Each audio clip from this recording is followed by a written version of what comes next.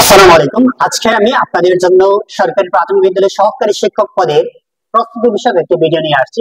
আজকের ভিডিওতে আমি আপনাদেরকে সহজে কিভাবে প্রাথমিক বিদ্যালয়ের সহকারী শিক্ষক পদের জন্য প্রিপারেশন নেওয়া যায় এবং কিভাবে ওই প্রস্তুতির মাধ্যমে প্রিপারেশন ফর্ম ফিল আপ করা যায় এবং কি কাজ হয় সেই জন্য একটা সহজ কিছু পলিসি শিখিয়ে দেবো। আমরা দেখি অনেক সময় যারা নতুন প্রিপারেশনে চলে আসে অনার্স কমপ্লিট করে, তখন তারা কি করে যে বাজার থেকে টোটাল একটা বইয়ের সিরিজ কিনে নিয়ে আসে, বাংলা ইংরেজি গণিত সবগুলা। এই ক্ষেত্রে তারা সবগুলো পড়তে পড়তে ভালো একটা প্রিপারেশন তৈরি হয় না। সেজন্য আমি আজকের ভিডিওতে আপনাদেরকে সহজ কিছু থিওরি দেবো, সহজ কিছু বইয়ের নাম বলে দেবো, কিভাবে প্রিপারেশন নেওয়া যায় সেটা বলে দেবো, যার মাধ্যমে দেখা যাবে যে আপনারা সরকারি শিক্ষক পদে বিভিন্ন পরীক্ষা টিকতে পারবেন, প্লাস অন্যান্য জবে একই প্রিপারেশন হয়ে যাবে। আমি একজন প্রাইমারি স্কুলের সহকারী শিক্ষক হিসাবে আপনাদেরকে প্রিপারেশন ফর্মুলাটা বলে দিচ্ছি।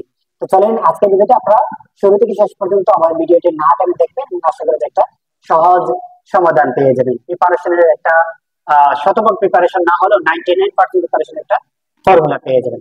চলুন আমরা ভিডিও শেষ করে যাই। প্রথমে আমরা লিখেছি যে সরকারি শিক্ষক পদের প্রস্তুতি। সরকারি শিক্ষক পদের প্রস্তুতি হিসাবে আমরা প্রথমেই লিখেছি যে সরকারি শিক্ষক নিয়োগ গাইড। আমরা বাজার থেকে সরকারি শিক্ষক পদের জন্য বিভিন্ন ধরনের কোম্পানির বই আছে বা বিভিন্ন লেখক, নতুন নতুন লেখক আছেন যারা বই বের করেছেন, যাদের বইতে বাংলা আছে, ইংরেজি আছে, গণিত আছে, সাধারণ জ্ঞান আছে, বিজ্ঞান সবগুলোই আছে। মোটামুটি তারা কমন দেখে এবং কমন গুলো নিয়ে এই বইটা করেছেন। সেজন্য আমরা যদি এই বইটা ভালো করে প্রিপারেশন নিতে পারি, অনেকে আছে আমরা এই বইটা একবার পড়ে মনে করি যে আমাদের প্রিপারেশন হয়ে গেছে, কিন্তু না। আমার এই বই যতটুকু আছে সেটার জন্য আমার ফর্ম ফিল আপ হয় মিনিমাম 4 থেকে 5 বার। এটা রিভিশন হয়ে গেলে আপনারা দেখবেন যে এই বই থেকে কোনো কিছু আসলে আমাদের আর আনকমন থাকে না। তো এক্ষেত্রে আমি যতটুকু জানি, আমি যতটুকু দেখেছি যে আমরা যখন পরীক্ষা দেই প্রাথমিক সরকারি শিক্ষক পদে, সেক্ষেত্রে দেখা যাচ্ছে যে এইরকম যতগুলো বই আছে একটা বই ভালো করে পড়লে সেখান থেকে মিনিমাম 60% প্রশ্ন কমন পড়ে যায়। 60% কমন কমন পড়ে গেলে আপনার মানে এখানে যদি কোনো সূত্র থাকে, এই সূত্র পলিসি বা অঙ্ক সলিউশন আছে এখানে, ইংরেজির গ্রামাটিক্যাল বিষয়গুলো আছে, সেখানে আবার কিছু এমসিকিউ আছে প্রাইমারি, এমনকি বিভিন্ন নিবন্ধনের, এইগুলো মিলিয়ে তারা বইটা করে। সেখান থেকে যে আমরা ভালো একটা প্রিপারেশন 30 মিলিয়ে নিতে পারি, এটা একটা বই যে আমরা এইগুলো সিরিজ না পড়ে যদি এই একটা বই ভালো করে প্রিপারেশন নিই তাহলে এখান থেকে 60% আমরা কমন পেতে পারি। দ্বিতীয়টা হচ্ছে আমি লিখেছি যে জব সলিউশন।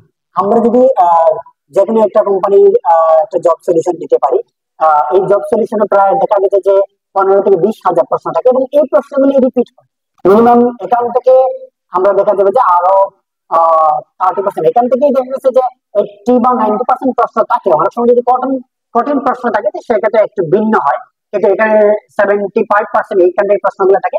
কিন্তু সমস্যাটা হচ্ছে এই 15,000 প্রশ্ন স্মরণ রাখা একটু কঠিন হয়ে যায়।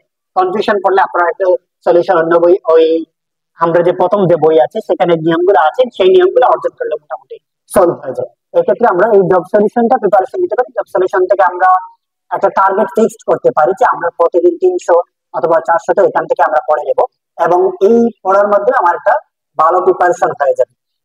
তৃতীয়টা হচ্ছে আমরা লিখেছি যে মানসিক দক্ষতার বই। আমরা স্বভাবত দেখি যে প্রাথমিক সহকারী শিক্ষক পদে এখন যে প্রশ্ন হয় প্রচুর মানসিক দক্ষতার প্রশ্ন থাকে, কিন্তু অন্যান্য সময় সরাসরি প্রশ্নগুলো চলে আসছে, এখন কিছু মেন্টাল এবিলিটির প্রশ্ন বা মানসিক দক্ষতা প্রশ্নটা আসে।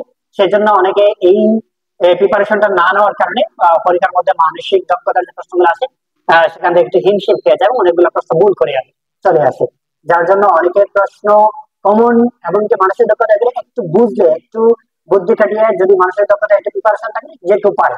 সেক্ষেত্রে দেখা গেছে যে এগুলো যদি আমার প্রিপারেশন না থাকে সেটা আবার পারে না। সেজন্য যদি এই বইটা যদি এখান থেকে যে কোনো একটা বই অথবা আমরা বিসিএস এর লিখিত পরীক্ষা এবং যে এমসিকিউ পরীক্ষা, পিলি পরীক্ষার যে প্রশ্ন আছে সেগুলো যদি আমরা সলভ করতে পারি তাহলে দেখা যাবে যে আমাদের মানসিক দক্ষতা একটা ভালো একটা প্রিপারেশন হয়ে যাবে।